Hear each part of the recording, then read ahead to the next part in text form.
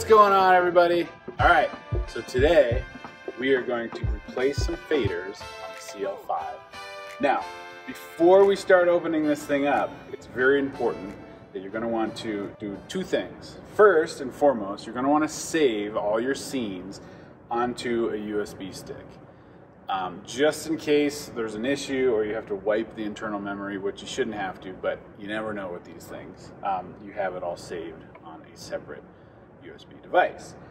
The second thing you're going to want to do is you're going to want to go and calibrate the faders. If you haven't done this already, which you should before you start replacing faders, because it could fix some issues, you're going to want to go into your fader calibration mode. To do that, we power it off.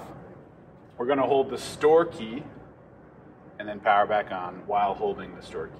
This will get you into this utility mode, and then from there you just go to fader calibration and it'll walk you through how to calibrate faders.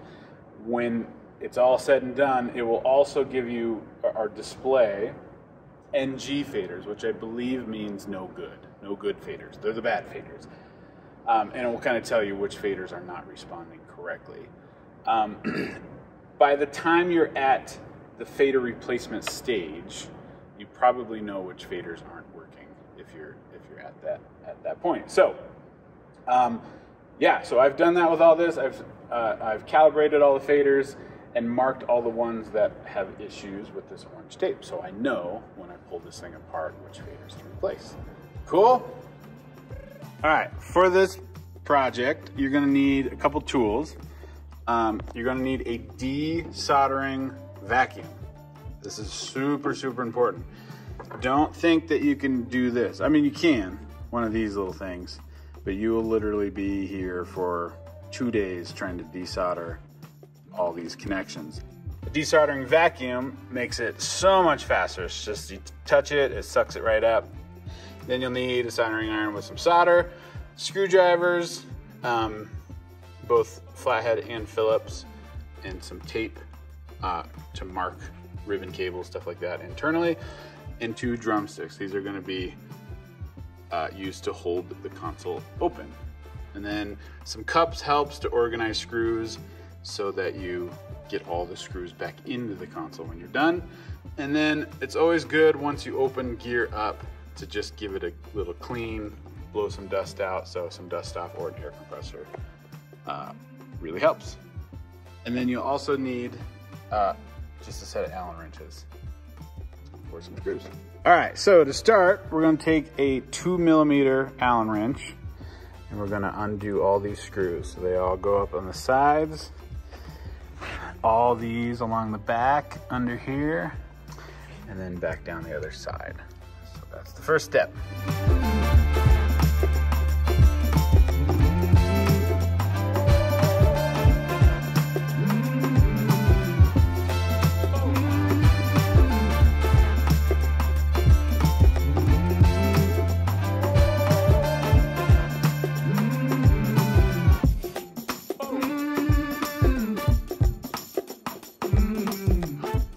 All right, so after you get the Allen screws out, the next step is to get all these Phillips head screwdrivers under the front of the console. So all these, including that little one, that one, but then you'd leave the ones for the connectors. So you want to get that one, but the 2 on the XLR leave. And then the one above the knob, and then the rest of these. You can leave all the ones associated with the jack.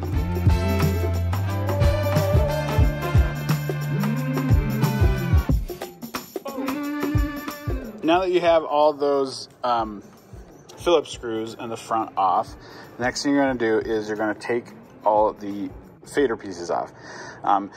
So then you only want to take off the ones of the sections that you're actually replacing. So in this case, these first 2 banks, this middle bank, but I'm not replacing anything on these. So these I can just leave. I don't need to take anything off or any faders off. So I'm just going to pop these off, push down with your thumb and pull up with your forefinger.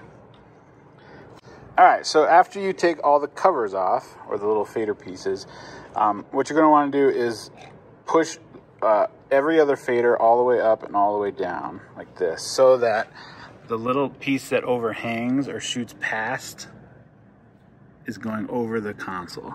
Okay, and what this will do is it will hold the fader bank in place once we unscrew it from the back, so it doesn't just fall out of the console. Now we're gonna open this thing up. So you're gonna need the drumsticks and some gaff tape, okay? I have my handy dandy helper, Bailey. Say hi, Bailey. You have to kneel down. Hi, everyone. She's just a production guru at its best. She's gonna help me open this up. So we just hinge it up, and it just hinges right up. And I'll give a drumstick to you. So you're gonna want to put it. There's a kind of a lip right here, and right here, and then a little indentation in here. Okay, so we're gonna kind of hook it on this lip, and then it goes right in there. And just be careful where you're not hitting the circuit board. Okay, so it holds it up. Now it should be pretty okay, but these down here don't stay very well. So I'm gonna gaff them just to be safe, because you don't want this thing coming down on your fingers, A, but B, that's an expensive toilet seat closer. So I'm just gonna tape them closed. All right, so now that we have it open, we're gonna take these fader banks out that we're replacing, which on the reverse side, if you remember, was the center one, and then as you're mixing, the left two. Okay, so first thing we need to do first is we need to take these ribbon cables out. So the first one, you just pop out both sides like this. You can see it. And then you're just gonna pull this ribbon out. So you will pull, and there will be exposed wire. Now remember, the red is on the bottom. So if you see this, and I'll flip it over, the red cable goes to the bottom. Now you want to be careful, these can bend, but just kind of bend them back straight, and they should flip right in, pop right back in, and you push that down to secure them. Okay, so that's the gray one, and then these two down here, they just pop out, they clip out, and you just kind of pull these. They're just regular ribbon, they just pop right out. Cool, and then same thing, red is on the bottom on both of them. Just like that. Okay, so then you have these cable harnesses here. We're just gonna clip those open. Now, we're going to unscrew this whole fader bank. Okay, so first place to start is this little clip. And you can use just a regular Phillips. It does help if you have a magnet tip, because it's really a pain if these screws fall down under here or under the circuit board. So you want to try not to let that happen. Okay, so once those two are open, I can pop this whole clip right off. Okay. All right, so then there are 3 screws on the top of each bank, 1, 2, and 3. And then down here, there is 3 screws on the bottom. And you can actually take these clips out if you need to. Just twist them, pop them right out. So there's 1, 2, and 3. All those need to come out. This is where a shorter screwdriver helps, because you might not have enough room this direction. So shorter screwdriver helps with that.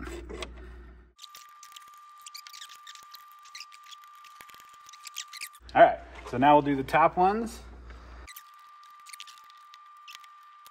Now that we have these screws out, this panel is held in place by the faders because we put them all opposite, and it's kind of holding it in. So I'm gonna just release it here, and they should drop out.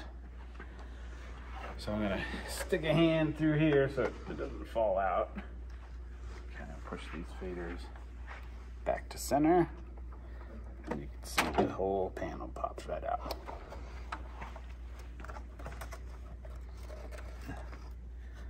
And there we go.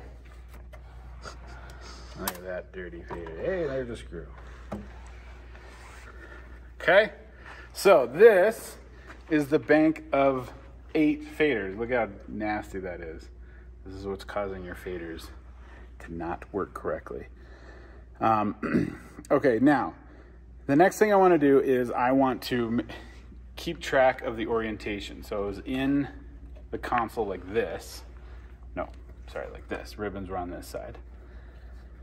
Okay, and then I'm just going to look at the front and look at what faders I need to replace, and I'll just take a Sharpie and actually mark which ones I need to replace.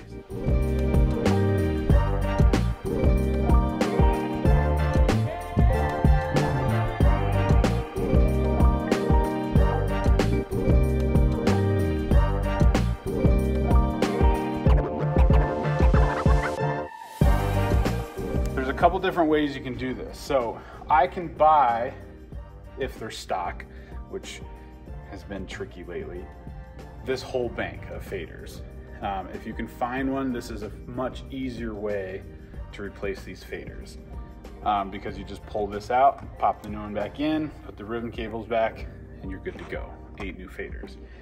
In my situation, and because I kind of like to solder, I'm just going to replace individual faders. So I'm actually going to take these faders, de-solder them from the PC board, and replace individual faders, which is quite a bit more involved, but it is doable, and I'll show you how to do that.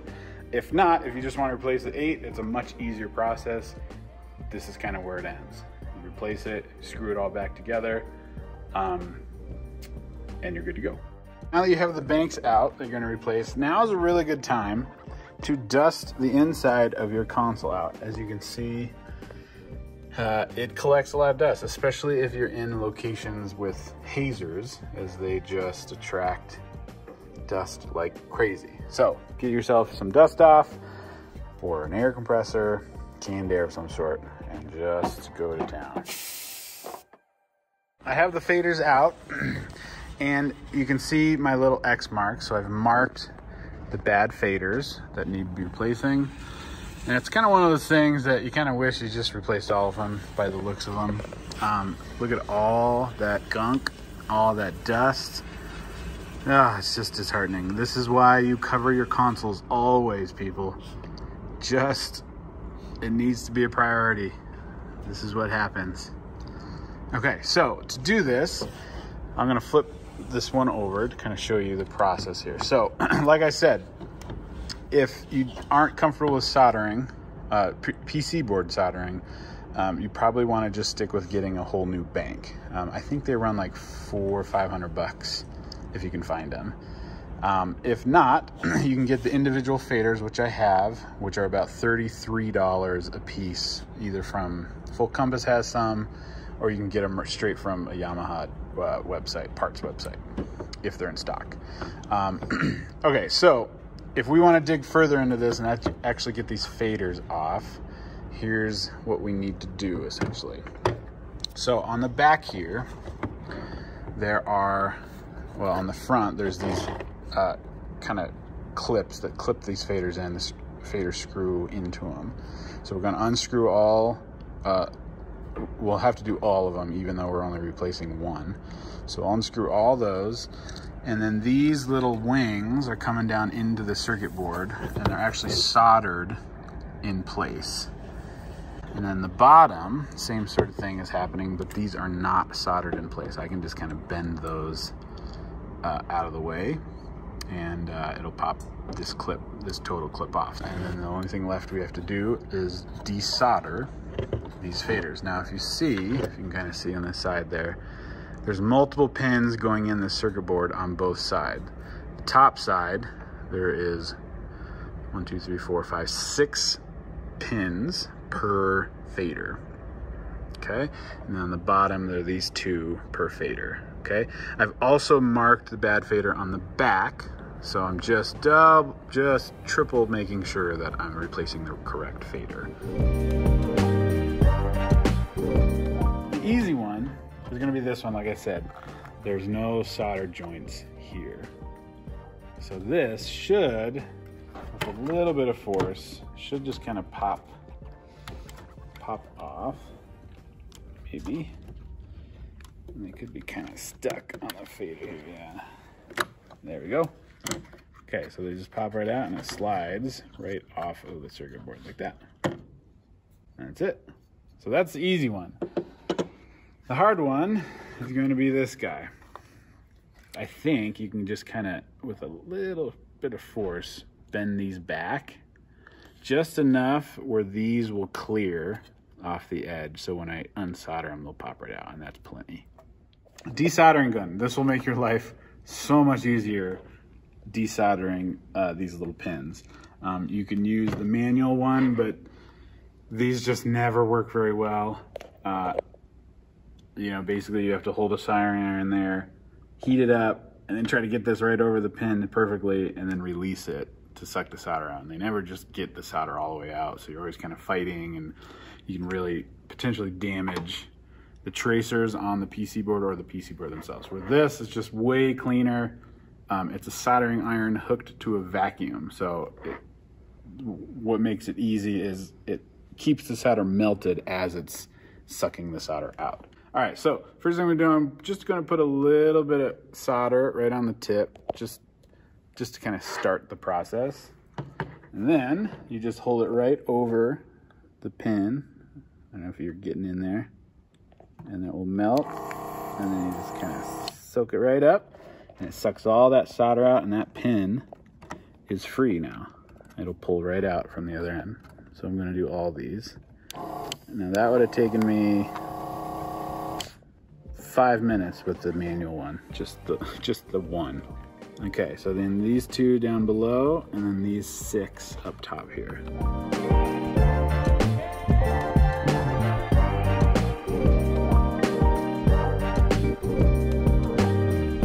See how well that desoldering gun worked. Oh, just like that.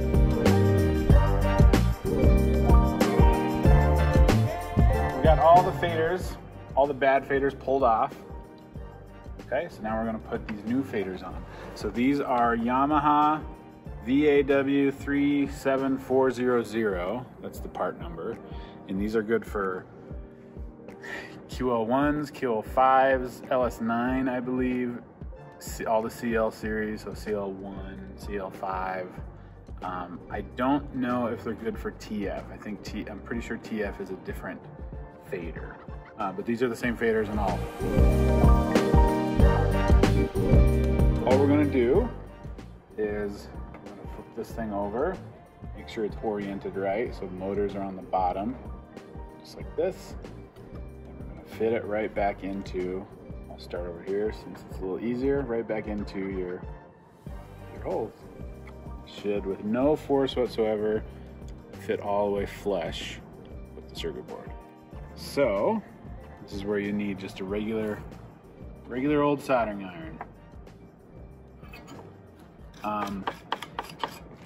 Now, thing about the soldering iron is when you're circuit board soldering, it's a good idea to run it at a lower temperature. Typically, I would go down to like 400 or 500, a little bit lower for circuit boards, so that you're not ruining these traces in here. Because what can happen is if you hold the iron too hot for too long on this tracer, it can actually peel up the copper, and then it won't make contact with the pin. So the key is don't use too much solder, only just enough, and don't hold it there for too long. So I'm gonna put a little on my tip. And I'll start with this one, you can see. So all I'm doing is I'm filling this hole so it makes a nice contact around the pin and around the donut that the pin is in. And it should just soak right up in there. And there you go, that fast. And you should, your solder joint should look like that. It should be a nice cone shape. And that's it. So I'll just kind of go through and just touch a little bit of solder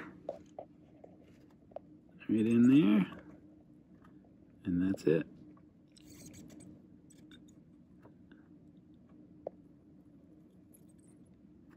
Boom.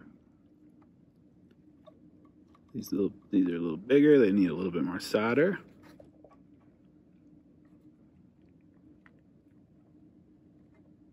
just like that.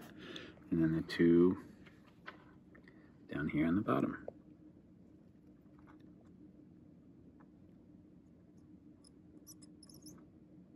And that's it. So this is the new fader in place. Look how much cleaner and just, this is what I wish faders would stay like this. That's a new one.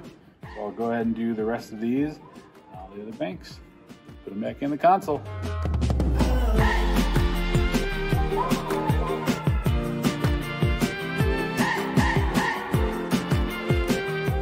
Now that we have all the new faders back in, you can see the new ones, the non-dusty ones. We're gonna put this piece back over. And we're gonna slide the bottom piece back in these little slots, just like so. There we go. Cool. So now that those are in, I'm going to screw all the little screws back in.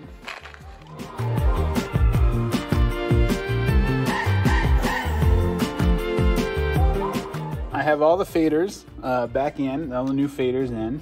So now I just need to put the fader banks back in the console. So I've marked them, which section they are. That's pretty important to mark so you remember which section goes where. And then I just very carefully put them in, make sure the faders line up with their slots. And just like that. 3 screws up top, 3 screws on the bottom, and then this bracket that fits over the top once the 3 screws are in, and then 2 screws to secure that.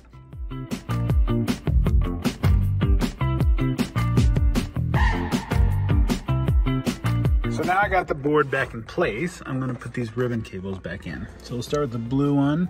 Now remember, red is on the bottom. So these, real easy, they just clip right back into place, just like that. And then the next one, little one, the white one with the red on the bottom.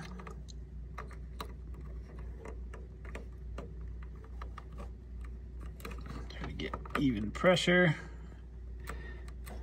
Cool. Okay, now this gray guy. Now this is the tricky one because it's just raw wire. So I kind of make sure they're all pretty straight if possible. Should look pretty good. The red again is on the bottom. Okay, so I'm gonna open this up. So pull it out first, like so, and then I'm gonna try to do this and film at the same time. It's gonna be hard. So then I just try to make sure that each wire is going into the right hole. This would probably be easier if you weren't trying to hold a phone at the same time. But you know what? There we go. Cool. So it just went in. I'm gonna push it in nice and snug, and then push the plastic piece down, which kind of crimps it. Make sure it's snug in there, it feels good. And that's it.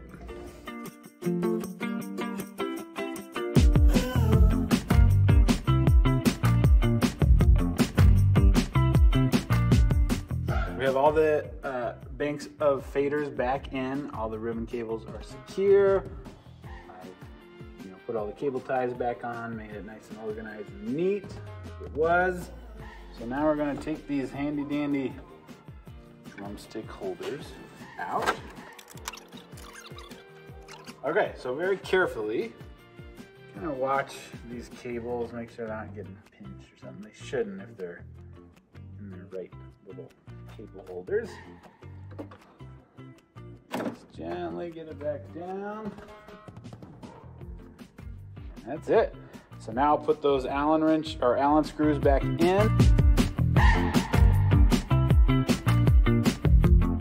And then in the front, all those Phillips head screws back in.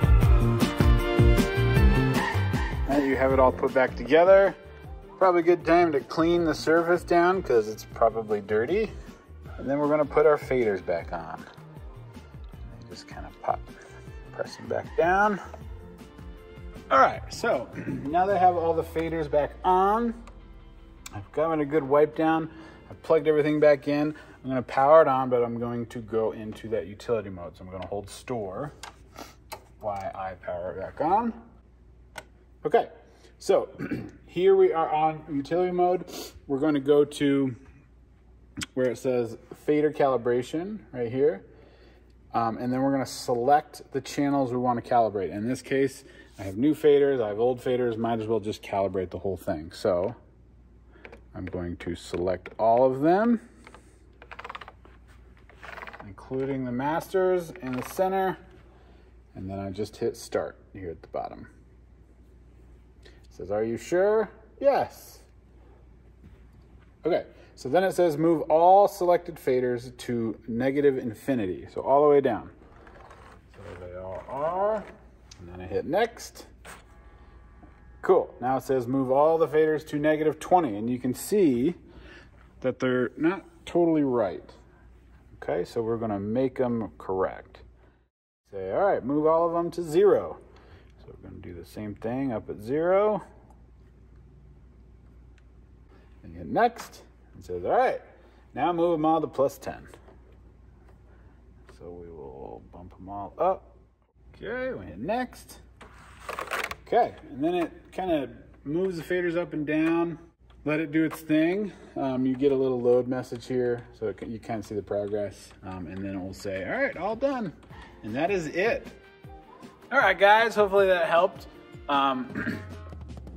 Again, like I said, there's kind of two ways to do this. You can either replace the whole bank, which is far easier, because it's just a couple of ribbon cables and a few screws, or you can go even further and replace individual faders, which requires some soldering. But yeah, you know, one thing that I was told as a young lad in college was eliminate the fear and open up the gear. And that's just the words I live by to this day. So don't be scared of these things. You know, don't be dumb, obviously, but open it up. That is how you change a fader out of the CL5. A lot of this will translate most likely to the MC7, all QL series, any CL series, and even LS9 if you want to go there. So again, thanks for watching. I'll see you guys. Bye.